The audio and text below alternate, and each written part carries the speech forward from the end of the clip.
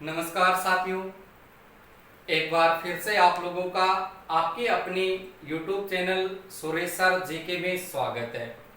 मैं सुरेश सर आप लोगों के सामने आज राजस्थान का जो अफवाह तंत्र है, इस अफवाह तंत्र से संबंधित हम आगे देखिए टॉपिक की चर्चा करते हैं।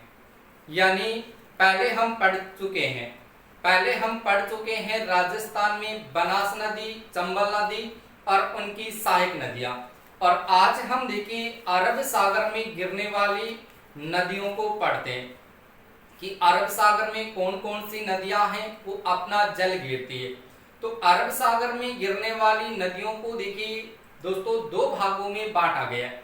और दो भागों की बात करते हैं तो इसमें एक भाग है आपका खंबात की खाड़ी में गिरने वाली नदियां, और दूसरा जो भाग है वो भाग है आपका कच्छ की खाड़ी या कच्छ के रण में गिरने वाली नदियां। तो हम आज केवल खंबात की खाड़ी में गिरने वाली उन नदियों की चर्चा करने जा रहे हैं जिसमें आपकी माही नदी है और साबरमती नदी है। तो माही नदी और साबरमती नदी ये दोनों ऐसी नदियां हैं जो खंबात की खाड़ी में अपना जल है वो गिरती है, और साथ के साथ इनकी सहायक नदियां। तो दोस्तों वीडियो को आप शुरू से अंत तक जरूर देखें। यानी जब भी आप शुरू से अंत तक वीडियो को देखेंगे तो पूरा का पूरा टॉपिक आपकी समझ में आएगा। वरना देखिए दोस्तों, आप यदि आधी अधूरी चीज पढ़ोगे तो ना तो कोई आपसे यहाँ से कोई चीज समझ में आने वाली है, और ना ही आप कंपटीशन में आने वाले क्वेश्चन है उनको सही तरीके से आप सोल्व नहीं कर सकते। तो देखिए माही नदी पर हम चर्चा करते हैं। देखिए माही नदी कहाँ से निकलती है, इनकी क्या क्या विशेषता रहेगी, तो इन पर अपन देखिए चर्चा करेंगे। देखिए नदी है आपके सामने, देखिए कौन सी, माही नदी। कौन सी नदी है मित्रों, माही नदी। माही नदी कहां से निकलती है, तो यहाँ पर लोग देखिए आप लोग ध्यान रखेंगे कि माही नदी है वो कहां से निकलती है। तो यहाँ पर आपको एक स्थान मिलेगा अम्मा मेरू। कौन सा स्थान मिलेगा, अम्मा मेरू। अम्मा मेरू मिल सकता है या फिर दोस्तों आपको अमरोरू स्थान मिल सकता है। ये अम्मा मेरू अमरोरू नामक जो स्थान है ये आपके सामने देखिए मध्य प्रदेश में है, धार क्षेत्र में। तो कहने का मतलब यहां से ये हुआ कि माही नदी का उद्गम कहां से होता है।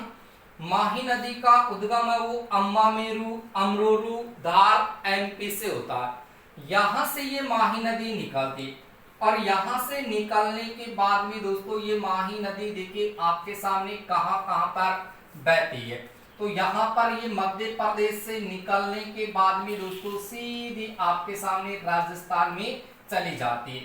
और राजस्थान में बहने के बाद दोस्तों, राजस्थान में बहने के बाद ये नदी क्या करती है, गुजरात राज्य में प्रवेश कर जाती है।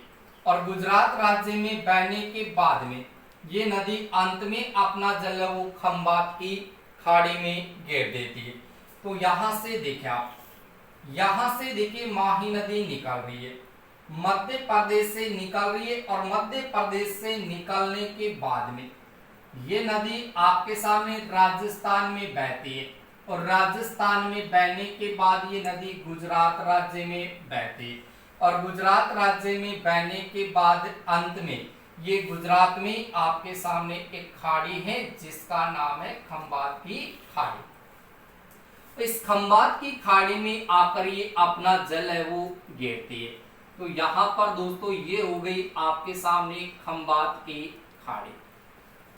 क्लियर है। अब यहाँ से देखते हैं, यहाँ से देखेंगे कि माही नदी मध्य प्रदेश से निकलती है। अम्मा मेरू नामक स्थान है, यहाँ पर आपको एक झील मिलती है, और उस झील का नाम है दोस्तों मेहंद झील। कौन सी झील मिलेगी आपको, यहाँ पर मेहंद झील। इसी मेहंद झील से ये माही नदी निकलती है। यहाँ से निकलने के बाद में पहले तो देखो ये मध्य प्रदेश में बहेगी, और मध्य प्रदेश में बहने के बाद में ये नदी प्रवेश करती है दोस्तों राजस्थान में। कहाँ प्रवेश करेगी, राजस्थान में। और राजस्थान की बात करते हैं तो राजस्थान में दोस्तों ये कहां प्रवेश करती है? तो सबसे पहले आपके सामने एक स्थान है जिसका नाम है खांडू गांव। कौन सा गांव है? तो याद रखिएगा खांडू गांव। ये खांडू गांव है बांसवाड़ा जिले में, वहां पर ये माही नदी राजस्थान में प्रवेश करती है। जैसे यहाँ प्रवेश करती है तो प्रवेश करने के बाद में, यहाँ प्रवेश करने के बाद में देखिए ये नदी बांसवाड़ा जिले में बहती है। और बांसवाड़ा जिले में बहने के बाद में ये नदी जाती है सीधी प्रतापगढ़ जिले में। कौन से जिले में? प्रतापगढ़ जिले में। और प्रतापगढ़ जिले में बहने के बाद में ये नदी आ जाती है सीधी डूंगरपुर में। और डूंगरपुर में बहने के बाद में ये नदी आती है गुजरात राज्य में। और गुजरात राज्य में बहने के बाद ये नदी सीधी अपना जल कहाँ गिरेगी? खंबात की खाड़ी में। यानी माही नदी की बात करते हैं तो माही नदी भारत के देखिए 3 राज्यों में बहती है। कितने राज्यों में बहती है? 3 राज्यों में बहती है। और राजस्थान की बात करें तो राजस्थान के कितने जिलों में बहती है? तो याद रखिए दोस्तों 3 जिलों में बहती है। देखिए आपको इसकी एक एक विशेषता बताऊंगा। यहाँ से आपसे देखिए क्वेश्चन पूछा जाएगा, क्या क्या चीज आपको एग्जाम की दृष्टि से इंपोर्टेंट है वो याद रखनी है। पहले आप इनकी लोकेशन को ध्यान रखेंगे। लोकेशन यदि आपके समझ में आ गई तो पूरी माही नदी है वही आपके क्लियर हो जाएगी और एग्जाम में आपसे कोई भी क्वेश्चन है वो गलत नहीं होगा। यानी यहां से जब आप देखेंगे ये माही नदी का भाग है तो यहां पर देखिए सबसे पहले आप राजस्थान का मानचित्र देख लें। राजस्थान का जब आप इस तरीके से देखिए दोस्तों मानचित्र देखते हैं तो इस मानचित्र पर इस माही नदी का विस्तार आप पहले क्लियर करके देखें। यहां पर देखो ये आपके सामने आ गया है राजस्थान का मानचित्र, आ चुका है राजस्थान का मानचित्र। इस मानचित्र को आप देखते हैं तो यहाँ पर ये पूरा भाग देखो कौन से राज्य का दोस्तों? एमपी का। ये भाग है आपके सामने किसका? राजस्थान का। यहाँ पर दोस्तों भाग देखा जाए कौन से राज्य का है? गुजरात का। अब माही नदी देखिए किस प्रकार से निकल रही, यहाँ से देखो मध्य प्रदेश से, मध्य प्रदेश से ये माही नदी निकलती है, राजस्थान में बहती है और राजस्थान से गुजरात में आ जाती है। और गुजरात में ही आपके सामने देखिए किस प्रकार से खंबात की खाड़ी में आकर के गिर जाती है। तो राज्य तो देखिए भारत के कितने हुए? 3 राज्य। भारत में ये मध्य प्रदेश में बहती है, राजस्थान में बहती है और गुजरात में बहती है। जब आप राजस्थान का मानचित्र देखते हैं तो राजस्थान में यहाँ पर जिला आपका बांसवाड़ा है, यहाँ पर आपका प्रतापगढ़ जिला है, यहाँ पर आपका डूंगरपुर जिला और इससे ऊपर आपका उदयपुर जिला। लेकिन ये उदयपुर में माही नदी नहीं बहती है, इनकी कुछ सहायक नदियां आएगी उनकी मैं चर्चा आगे करूंगा। इससे पहले देखिए यहाँ पर बांसवाड़ा, प्रतापगढ़ और डूंगरपुर इन 3 जिलों में बहती है। ठीक है दोस्तों, मध्य प्रदेश, राजस्थान, गुजरात भारत के 3 राज्य में बहती है और राजस्थान के 3 जिलों में बहती है। लेकिन मैंने कहा कि मध्य प्रदेश से निकलने के बाद में देखिए राजस्थान में सबसे पहले यहाँ खांडू गांव है बांसवाड़ा में, वहां प्रवेश करती है। वहां प्रवेश करेगी तो इधर से देखिए आपके सामने बांसवाड़ा जिले में बहेगी, इधर से देखा जाए तो आपके सामने ये प्रतापगढ़ जिले में बहेगी और इधर से देखा जाए तो आपके सामने ये डूंगरपुर जिले में बहेगी। लेकिन जैसे डूंगरपुर में बहने के बाद में ये देखिए राजस्थान को यहाँ से छोड़ देती है। राजस्थान को छोड़ करके देखिए कौन से राज्य में प्रवेश करती है? तो मित्रों यहाँ से ध्यान रखना है कि ये राजस्थान को छोड़ करके गुजरात राज्य में प्रवेश करती है। और गुजरात में देखा जाए तो आपके सामने स्थान है रायपुर पंचमहल का। कौन सा भाग है? रायपुर पंचमहल। ये रायपुर पंचमहल है गुजरात राज्य में, वहां ये प्रवेश करती है और उसके बाद में गुजरात राज्य में बहने के बाद ये खंबात की खाड़ी में गिर जाती है। क्लियर हुई इतनी बात? लेकिन जैसे ही बांसवाड़ा जिले में प्रवेश करती है तो इस बांसवाड़ा जिले में इस माही नदी पर देखिए एक प्यारा सा बांध बना है। इसी माही नदी पर, इस माही नदी के नाम से ही एक बांध बना है और उस बांध का नाम है आपके सामने दोस्तों माही बजाज सागर बांध। यानी माही बजाज सागर बांध की बात करें तो देखिए माही बजाज सागर बांध है, ये कौन सी नदी पर बना है? माही नदी पर बना है। कहाँ बना है? तो याद रखिए कि ये आपके सामने बोरखेड़ा में बना है। कहाँ बना है? बोरखेड़ा, जो आपके सामने लाहौरिया का भाग, यानी लाहौरिया जो बोरखेड़ा का भाग है बांसवाड़ा जिले में, वहां पर ये बांध आपके सामने माही नदी पर बना हुआ है। यहां पर आपके सामने क्वेश्चन आ जाए कि माही बजाज सागर बांध कौन सी नदी पर बना है? आंसर होगा मित्रों माही नदी। कहां बना है? तो याद रखना ये लाहौरिया बोरखेड़ा है बांसवाड़ा, वहां पर आपके सामने ये बांध बना है। लेकिन इस बांध की आप एक विशेषता ध्यान रखें कि ये जो आपका बांध है माही बजाज सागर बांध, ये बांध राजस्थान का, ये माही बजाज सागर बांध है, ये आपके सामने राजस्थान का सबसे लंबा बांध है। राजस्थान का सबसे लंबा बांध, राजस्थान का सबसे लंबा बांध कौन सा है? माही बजाज सागर बांध है। तो याद रखेंगे कि राजस्थान का सबसे लंबा बांध माही बजाज सागर बांध, जो 3109 मीटर ये लंबा है। तो यहां से ऐसा क्वेश्चन पूछे कि राजस्थान का सबसे लंबा बांध कौन सा है? माही बजाज सागर बांध है 3109 मीटर। उसके बाद में देखिए यहां से आपसे कहा जाए इस बोरखेड़ा से संबंधित, यानी बोरखेड़ा है, यहां से आपसे क्वेश्चन क्या पूछेगा कि राजस्थान है, राजस्थान, इस राजस्थान का सबसे छोटा नगर, राजस्थान का सबसे छोटा नगर, देखिए मित्रों राजस्थान का सबसे छोटा नगर कौन सा है? तो राजस्थान का सबसे छोटा नगर है ये आपके सामने कौन सा है? तो याद रखिएगा बोरखेड़ा। राजस्थान का सबसे छोटा नगर कौन सा है? तो सबसे छोटा नगर है बोरखेड़ा। और राजस्थान का सबसे बड़ा नगर, राजस्थान का सबसे बड़ा नगर कौन सा है? तो बड़ा नगर आपको बताना है दोस्तों जयपुर। यहां से दो क्वेश्चन आपने पढ़े कि राजस्थान का सबसे बड़ा नगर कौन सा है? जयपुर है। राजस्थान का सबसे छोटा नगर कौन सा है? तो याद रखिएगा बोरखेड़ा। क्लियर हुई इतनी बात? आगे चलें, साथ के साथ आप इन चीजों को नोट करते जाइएगा और साथ के साथ आप इनको समझने की कोशिश करेंगे। उसके बाद में माही नदी है, इस माही नदी पर देखिए एक बांध का निर्माण है वो और किया गया है। और इस बांध की बात करें तो ये बांध आपके सामने देखिए कौन सा बना है? तो याद रखिएगा कागजी पिकअप बांध, यानी माही नदी पर बांध बना है जिसका नाम है कागजी पिकअप बांध। ये कागजी पिकअप बांध है, ये बांध भी आपके सामने देखिए दोस्तों बांसवाड़ा जिले में बना है। और कौन सी नदी पर बना है?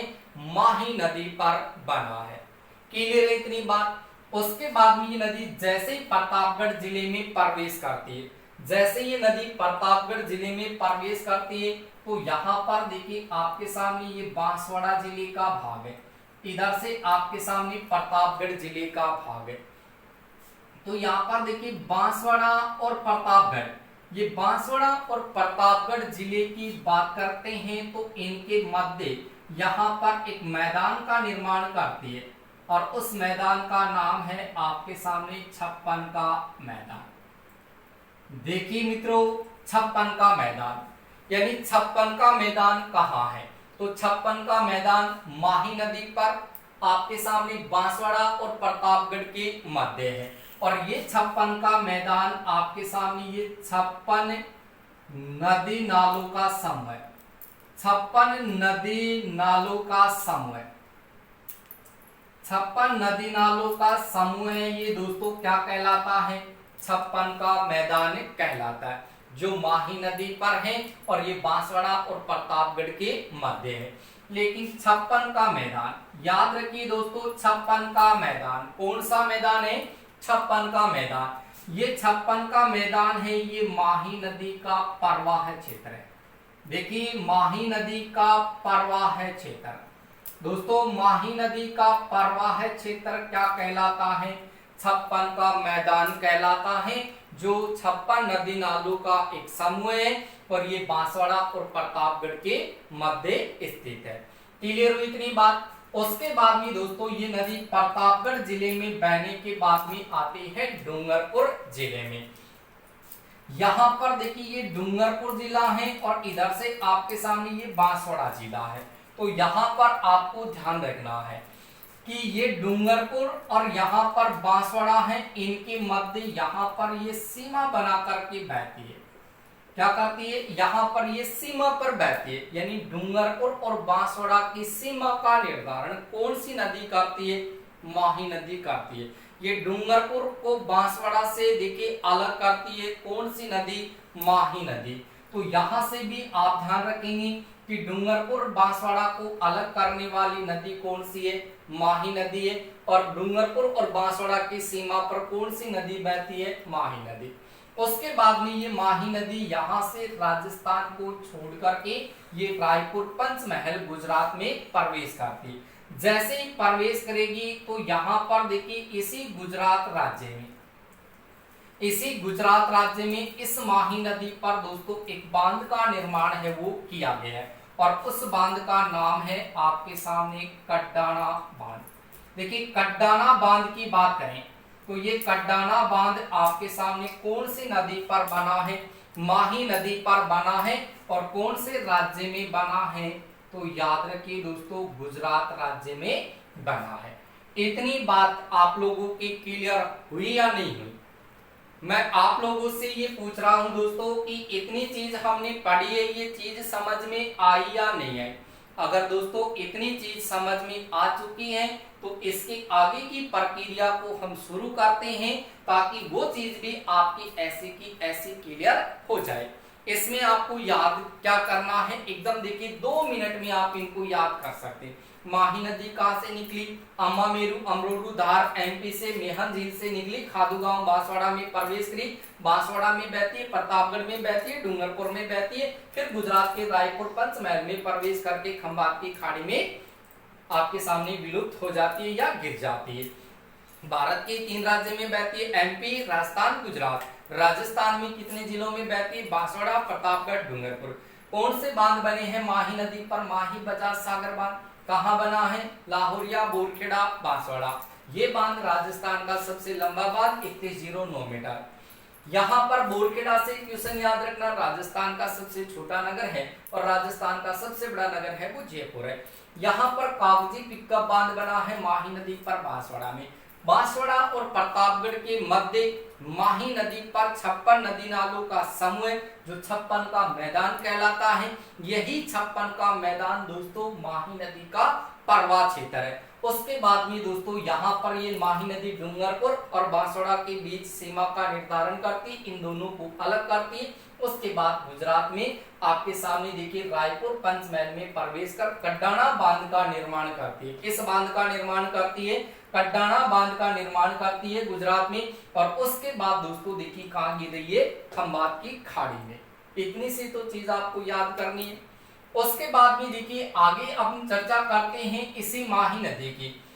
मैंने यहाँ से एक क्वेश्चन बोला कि माही नदी का प्रवाह क्षेत्र, माही नदी का प्रवाह क्षेत्र कहलाता है 56 का मैदान। लेकिन मित्रों यहाँ से एक चीज आपको और याद रखनी है, माही नदी का तटीय भाग, माही नदी का देखिए दोस्तों तटीय भाग क्या कहलाता है? तो माही नदी का तटीय भाग दोस्तों क्या कहलाएगा? तो याद रखिएगा कोथल। माही नदी का तटीय भाग क्या कहलाता है? माही नदी का तटीय भाग ये कोथल कहलाता है। और माही नदी का प्रवाह क्षेत्र ये 56 का मैदान कहलाता है।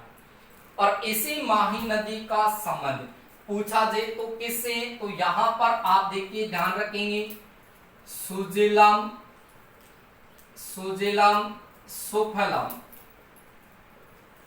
देखिए सुजलम सुफलम क्रांति का संबंध, सुजलम सुफलम क्रांति का संबंध देखिए किससे है?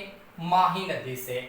आपने सुजलम सुफलम एक गीत भी गाया होगा, यानी वहां से आप ध्यान रखें कि सुजलम सुफलम क्रांति का संबंध किस नदी से है? तो सुजलम सुफलम क्रांति का संबंध ये माही नदी से है। और यहाँ पर माही नदी का तटीय भाग कोथल कहलाता है। माही नदी का प्रवाह क्षेत्र 56 नदी नालों का समूह है, जो आपके सामने 56 का मैदान कहलाता है। अब मित्रों यहाँ से एक इंपॉर्टेंट बात आएगी, इस इंपॉर्टेंट चीज को आप देखिए ध्यान से देखेंगे। जब आप देखिए कर्क रेखा को पढ़ते हैं, कौन सी नदी को पढ़ते हैं? कर्क रेखा को, कि कर्क रेखा है ये राजस्थान के दक्षिणतम भाग से गुजरती है। और मैंने भी आपको इसके बारे में चर्चा करके बताई थी कि माही नदी है ये दक्षिणी राजस्थान में बहती है। तो यहाँ से देखिए जब राजस्थान के दक्षिणतम भाग की बात करें तो यहाँ पर आपके सामने एक रेखा आती है जिसका नाम है दोस्तों कर्क रेखा। कौन सी रेखा भाई? कर्क रेखा।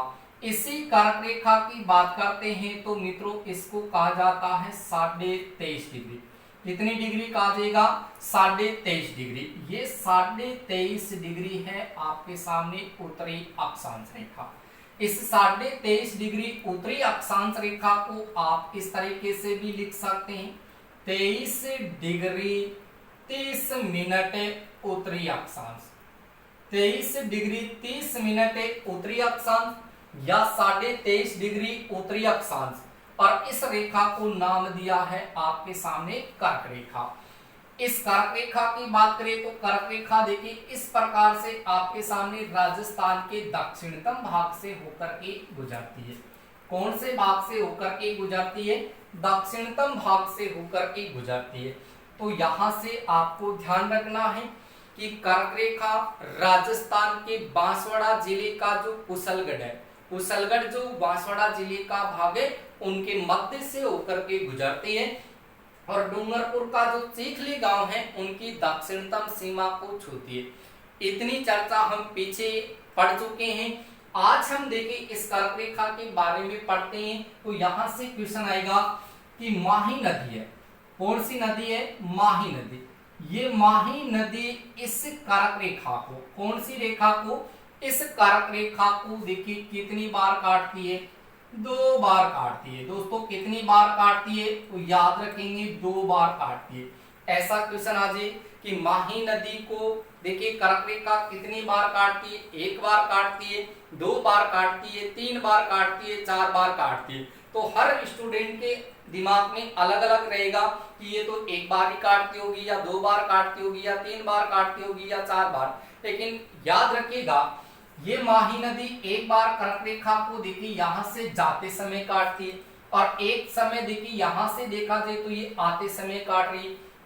तो कर्क रेखा है ये माही नदी को देखिए दोस्तों 2 बार काटती है। ये एशिया महाद्वीप की एकमात्र ऐसी नदी है माही नदी जो कर्क रेखा को 2 बार काटती है। याद रखिए दोस्तों इस क्वेश्चन को। लेकिन यहां से आप 2 चीज और ध्यान रखेंगे।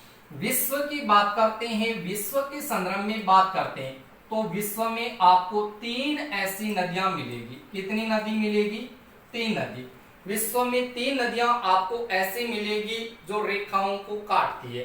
देखिए पहला क्वेश्चन हमने पढ़ लिया कि देखिए यहां पर एक तरफ आप नदी याद रखिए माही नदी। माही नदी को 2 बार काटने वाली, देखिए माही नदी को 2 बार काटने वाली रेखा कौन सी है? तो याद रखिए कर्क रेखा। देखिए इस क्वेश्चन को उल्टा भी पूछ सकता है और सुल्टा भी पूछ सकता है। ऊपर से या नीचे से कैसे भी करके घुमा फिरा के क्वेश्चन पूछा जाए तो 23.5 डिग्री उत्तरी अक्षांश रेखा नाम दे सकता है, 23.5 डिग्री ऐसे लिख करके दे सकता है, नाम दे सकता है कर्क रेखा का। तो कर्क रेखा को 2 बार काटने वाली नदी है वो माही नदी है। उसके बाद में देखिए दूसरी नदी की बात करते हैं तो नदी आती आपके सामने कांगो नदी। कौन सी नदी आती? कांगो नदी, जिसको जायरे नदी भी कहा जाता है। कांगो या जायरे नदी को देखिए 2 बार काटने वाली नदी कौन सी है? तो याद रखेंगे आपके सामने 0 डिग्री अक्षांश रेखा। जीरो डिग्री अक्षांश रेखा को कहा जाता है भूमध्य रेखा या विषुवत रेखा। तो यहां से दूसरा क्वेश्चन ये हुआ कि जीरो डिग्री अक्षांश रेखा जिसको भूमध्य रेखा कहा जाता है, जिसको विषुवत रेखा कहा जाता है, इस रेखा को दो बार काटने वाली नदी कौन सी है? तो दोस्तों याद रखें कांगो नदी या जायरे नदी है, जो आपके सामने कौन से महाद्वीप में बहती है?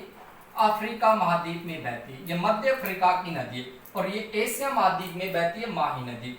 तीसरा क्वेश्चन आपसे पूछेगा, तीसरा क्वेश्चन पूछेगा आपसे लिम्पोपो नदी के बारे में। कौन सी नदी के बारे में? लिम्पोपो नदी। इस लिम्पोपो नदी की बात करते हैं तो ये आपके सामने मकर रेखा को दो बार काटती है। देखो यहाँ पर मकर रेखा है, इसको नाम दिया गया है आपके सामने 23.5 डिग्री दक्षिणी अक्षांश। देखिए ये आपके सामने उत्तरी अक्षांश है और ये दक्षिणी अक्षांश है। तो 23.5 डिग्री दक्षिणी अक्षांश रेखा जिसको मकर रेखा कहा जाता है, तो ये मकर रेखा लिम्पोपो नदी को कितनी बार काटती है दोस्तों? दो बार काटती है। मकर रेखा को दो बार काटने वाली नदी लिम्पोपो नदी, जो आपके सामने अफ्रीका महाद्वीप में बहती है। कौन से महाद्वीप में बहती है दोस्तों? अफ्रीका महाद्वीप में बहती है और ये दक्षिण अफ्रीका का भाग है, वहां बहती है। जीरो डिग्री अक्षांश भूमध्य या विषुवत रेखा को दो बार काटने वाली नदी कौन सी? कांगो या जायरे नदी। 23.5 डिग्री उत्तरी अक्षांश रेखा को या कर्क रेखा को दो बार काटने वाली नदी कौन सी है दोस्तों? माही नदी। तो तीन ही तो नदी याद रखनी है, माही, कांगो, जायरे और लिम्पोपो। ऊपर से याद रखो, यहां से देखिए माही को कर्क से, कांगो को जायरे को करो विषुवत रेखा से और लिम्पोपो को करो मकर रेखा से। कर सकते हो ऐसे काउंट आप इनको। उसके बाद में देखिए मित्रों आगे चर्चा करते हैं इस माही नदी की, इनकी आपके सामने आगे क्या विशेषता पूछी जा सकती है। देखिए दोस्तों ये माही नदी है, ये आपके सामने देखिए दक्षिण राजस्थान में बहती। तो दक्षिणी राजस्थान में बहने के कारण, दक्षिण राजस्थान में बहने के कारण इस माही नदी को देखिए किस किस उपनाम से पुकारा जाता है। तो यहां से दोस्तों आपको पहला क्वेश्चन याद रखना है कि ये नदी है माही नदी, ये राजस्थान की या दक्षिण राजस्थान की, दक्षिणी राजस्थान की स्वर्ण रेखा। यानी यहां से आपसे क्वेश्चन पूछा जाएगा कि दक्षिण राजस्थान की स्वर्ण रेखा कौन सी नदी को कहा जाता है। तो मित्रों आपको ध्यान रखना है कि दक्षिण राजस्थान की स्वर्ण रेखा है वो माही नदी को कहा जाता है। उसके बाद में आपसे क्वेश्चन पूछेगा कि आदिवासियों की गंगा। देखिए दोस्तों आदिवासियों की गंगा, आदिवासियों की गंगा किस नदी को कहा जाता है? तो मित्रों यहां से भी आपका क्वेश्चन का आंसर क्या होगा? माही नदी। दक्षिणी राजस्थान की स्वर्ण रेखा है वो माही नदी है। आदिवासियों की गंगा है वो कौन सी नदी है? माही नदी है। उसके बाद में आपसे कहेगा वागड़ की गंगा।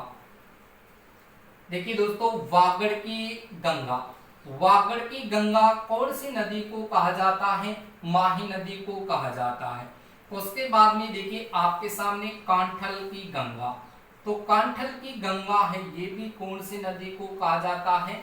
माही नदी को कहा जाता है। दक्षिण राजस्थान की स्वर्ण रेखा, आदिवासियों की गंगा, वागड़ की गंगा, कांठल की गंगा कौन सी नदी को कहा जाता भाई? माही नदी को कहा जाता। यानी तीन तो गंगा याद रखनी है, आदिवासियों की गंगा, वागड़ की गंगा और कांठल की गंगा। ये याद है आप देखिए रटेंगे नहीं, रटने से याद नहीं होगा, केवल समझने से याद होगा। देखिए जिला है प्रतापगढ़, हम पहले चर्चा कर चुके हैं प्रतापगढ़ का प्राचीन नाम क्या था? अरे भाई प्रतापगढ़ का प्राचीन नाम क्या था? कांठल था। तो कांठल था इसलिए देखिए कांठल की गंगा कौन सी नदी? माही नदी। उसके बाद में डूंगरपुर, बांसवाड़ा और प्रतापगढ़ जिले का भाग प्राचीन काल में कौन सा क्षेत्र कहलाता था? वागड़ क्षेत्र। चर्चा कर चुके हैं या नहीं इनकी? वागड़ क्षेत्र, मेवाड़ क्षेत्र, डुंगर क्षेत्र, चौराही क्षेत्र, सारे क्षेत्रों की चर्चा हमने पीछे वीडियो में कर चुके हैं। तो दोस्तों आप उन वीडियो को जरूर देखिएगा। यहां से देखिए डूंगरपुर, बांसवाड़ा, प्रतापगढ़ जिले का भाग प्राचीन काल में कौन से क्षेत्र में आता था? वागड़ क्षेत्र में। इसलिए वागड़ की गंगा कौन सी नदी हुई? माही नदी। ये डूंगरपुर, बांसवाड़ा, उदयपुर का जो भाग है ये आपके सामने आदिवासी क्षेत्र है। ये डूंगरपुर बांसवाड़ा का क्षेत्र है, ये आदिवासी क्षेत्र है, इसलिए इस क्षेत्र में बहने के कारण इसको आदिवासियों की गंगा कहा जाता है। उसके बाद में देखिए मित्रों, इस नदी की बात करते हैं तो ये नदी आपके सामने किस प्रकार की नदी है? तो याद रखेंगे ये 12मासी नदी है। देखिए राजस्थान में चंबल नदी को हमने पढ़ा था कि चंबल नदी है वो 12मासी नदी है। ये माही नदी भी कैसी नदी है? 12मासी नदी है। और ये 12मासी नदी के साथ साथ नित्यवाही नदी भी है। किस प्रकार की नदी है? नित्यवाही नदी है। अब देखिए दोस्तों, यहां से नोट करने वाली बात है, नोट करने वाली बात यह है कि चंबल नदी भी 12मासी नदी है, माही नदी भी 12मासी नदी है, चंबल नदी भी नित्यवाही नदी है, माही नदी भी नित्यवाही नदी है। तो यहां से कंफ्यूज मत होना। 12मासी नदी, नित्यवाही नदी, कांठल की गंगा, वागड़ की गंगा, आदिवासियों की गंगा, दक्षिण राजस्थान की स्वर्णरेखा, कौन सी नदी है? माही नदी है। तो ये आपके सामने देखिए माही नदी की स्थिति आपके सामने हो चुकी है। और इस माही नदी की जो भी सहायक नदी है दोस्तों, जो भी सहायक नदियां हैं उनकी भी हम देखिए चर्चा करेंगे कि माही नदी की कौन कौन सी सहायक नदियां हैं और वो कहां कहां से निकलती है और इसमें कहां कहां पर आकर के मिलती है। क्योंकि दोस्तों एक साथ सारी चीज आप पढ़ नहीं सकते, क्योंकि इनकी आप देखिए सारी की सारी स्थिति, इनकी शुरुआत कहां से हो रही है, कहां कहां पर बह रही है और इनकी मुख्य विशेषता क्या क्या है। तो इनकी सहायक नदियों को भी हम जल्दी से जल्दी पढ़ने की कोशिश करेंगे। इसलिए दोस्तों खुद पर विश्वास रखो, खुद पर इतना विश्वास रखो, खुद पर इतना विश्वास रखो, फिर देखना एक दिन ऐसा आएगा, फिर देखना एक दिन ऐसा आएगा कि घड़ी दूसरों की होगी, घड़ी दूसरों की होगी और समय आपका होगा, समय आपका होगा। और इस समय के आधार पर ही आप इन सारी की सारी चीजों को ऐसे के ऐसे यादें रख सकते हो और लंबे समय तक आप इनको यादें रख सकते हो।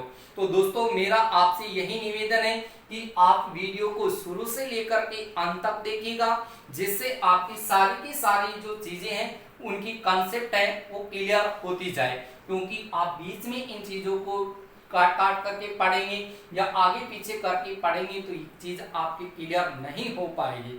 ठीक है दोस्तों, मिलते हैं नेक्स्ट वीडियो में बहुत ही जल्दी। ठीक है दोस्तों, धन्यवाद।